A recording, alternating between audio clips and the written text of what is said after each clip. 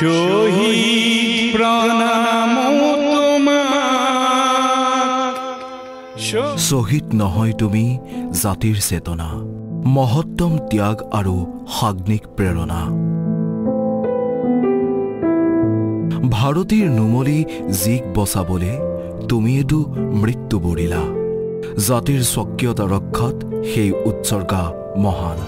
ভাৰতীৰ নুমলী জীক বচাবলে তুমিয়েতো মৃত্যু বৰিলা। চন 1979, 10 ডিচেম্বৰ। সময় পুৱতি নিশা। আবিদা বেগমে মনোনয়ন পত্ৰ দাখিল কৰিবলৈ যাওঁতে ভৱানীপুৰত অহিংস আৰু গণতান্ত্ৰিকভাৱে বাধা দিয়াত পুলিচ CRPৰ নিৰ্মম অত্যাচাৰৰ বলি হৈ ৰাজপথতে মৃত্যুক সাৱটিছিল সেই স্বাভিমানী সফল অসমীয়া ডেকাজনে। নাম খৰ্গেশ্বৰ তালুকদাৰ। সেয়া আছিল আৰম্ভণি। তাৰ পিছৰ পৰাই তীব্ৰতৰ হৈছিল আন্দোলন। ফলশ্ৰুতিত 57 গৰাকী অসমীয়া নাৰী নিৰ্যাতিত, 860 গৰাকী শ্বহীদ। তাৰ বিনিময়ত অসমক দি গ'ল প্ৰগতিশীল চিন্তা, দৰ্শন আৰু অদম্য শক্তি। 6টা বছৰৰ এই সংগ্ৰামে আজি আকৌ ৰিঙি আহিছে। বুকুত গুলী সাৱটি ঢলি পৰা অজস্ৰ অসমীয়াৰ তেজে আজি আকৌ কৈছে সেই ত্যাগ, স্বজাতি স্বাভিমান ৰক্ষাৰ ত্যাগ। প্ৰতিবৰ্ষই এই দিনটোতে পালিত হৈ অহা শ্বহীদ দিৱস এইবাৰ কিছু পৃথক। শ্বহীদৰ এই ত্যাগ যেন আজি সাকাৰ ৰূপত প্ৰতীয়মান। বৰাগাঁৱত এয়া সুউচ্চ শ্বহীদ স্মাৰক ক্ষেত্ৰ। অসম আন্দোলনৰ 860 গৰাকী শ্বহীদলৈ আন্তৰিক কৃতজ্ঞতাৰে এনেকৈ ৰাজ্য চৰকাৰৰ উদ্যোগত নিৰ্মিত হ'ল স্মাৰক ক্ষেত্ৰখন। ৰাজ্য চৰকাৰৰ উদ্যোগত শ্বহীদ প্ৰণাম তোমাক শীৰ্ষক কাৰ্যসূচীৰ আজি দ্বিতীয়টো দিন। দিনৰ 11 বজাত মুখ্যমন্ত্ৰীয়ে ৰাইজৰ বাবে আনুষ্ঠানিকভাৱে মুকলি কৰে শ্বহীদ স্মাৰক ক্ষেত্ৰখন। তাৰ পিছতে স্মাৰক ক্ষেত্ৰত অনুষ্ঠিত হয় এক গাম্ভীৰ্যপূৰ্ণ সভা।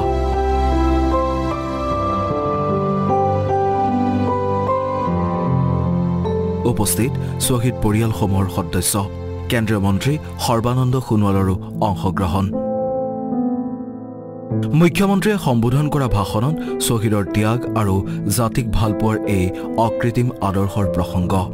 1979 চনৰ 10 ডিচেম্বৰৰ দিনটোত শ্বহীদ খৰ্গেশ্বৰ তালুকদাৰে নিজৰ তেজেৰে অসমৰ আৰু অসমীয়াৰ চৰণ ধুৱাইছিলে।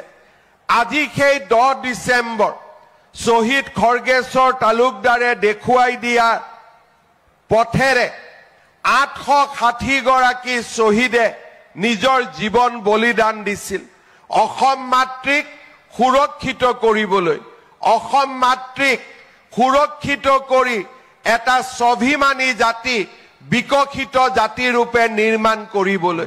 ইফালে বৰ্তমানলৈ ইয়াত 460 গৰাকী শ্বহীদৰ আবক্ষ মূৰ্তি স্থাপনৰ বিপৰীতে প্ৰায় 400 শ্বহীদক এতিয়ালৈ কৰিব পৰা নাই চিনাক্ত। কিন্তু AI পদ্ধতিৰ জৰিয়তে বাকী শ্বহীদসকলৰ প্ৰতিকৃতি নিৰ্মাণৰ চিন্তা চৰ্চা কৰা হৈছে বুলি উল্লেখ মুখ্যমন্ত্ৰীৰ। স্বাধীনোত্তৰ ভাৰতৰ দীৰ্ঘকালীন আৰু প্ৰভাৱশালী আন্দোলনসমূহৰ ভিতৰত অসম আন্দোলন আছিল অন্যতম। হিলদোল ভাঙি অহা সৰ্বস্তৰৰ অসমীয়া ৰাইজৰ এই হুংকাৰ আছিল অৱহেলা আৰু অনুপ্ৰৱেশৰ বিৰুদ্ধে। কেন্দ্ৰীয় মন্ত্ৰী সৰ্বানন্দ সোণোৱালেও ভাষণৰ জৰিয়তে স্মৰণ কৰিলে সেই অপৰাজয় মৃত্যুৰ কথা।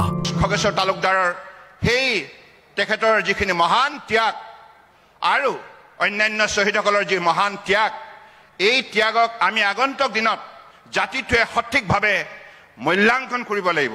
আৰু মূল্যাংকন কৰিব লগা হ'লে আমি সকলোৱে এই অসমৰ হাৰুৱা পথাৰত কঠোৰ পৰিশ্ৰম কৰি আমাৰ উৎপাদন শক্তি বৃদ্ধি কৰি আমি আমাৰ শ্ৰেষ্ঠতা বিশ্বৰ বুকুত প্ৰদৰ্শন কৰিব লাগিব। হোৱা সমদল ভাঙে হিলদোল, সমৰুল কোলাহল ৰক্তিম উজ্জ্বল।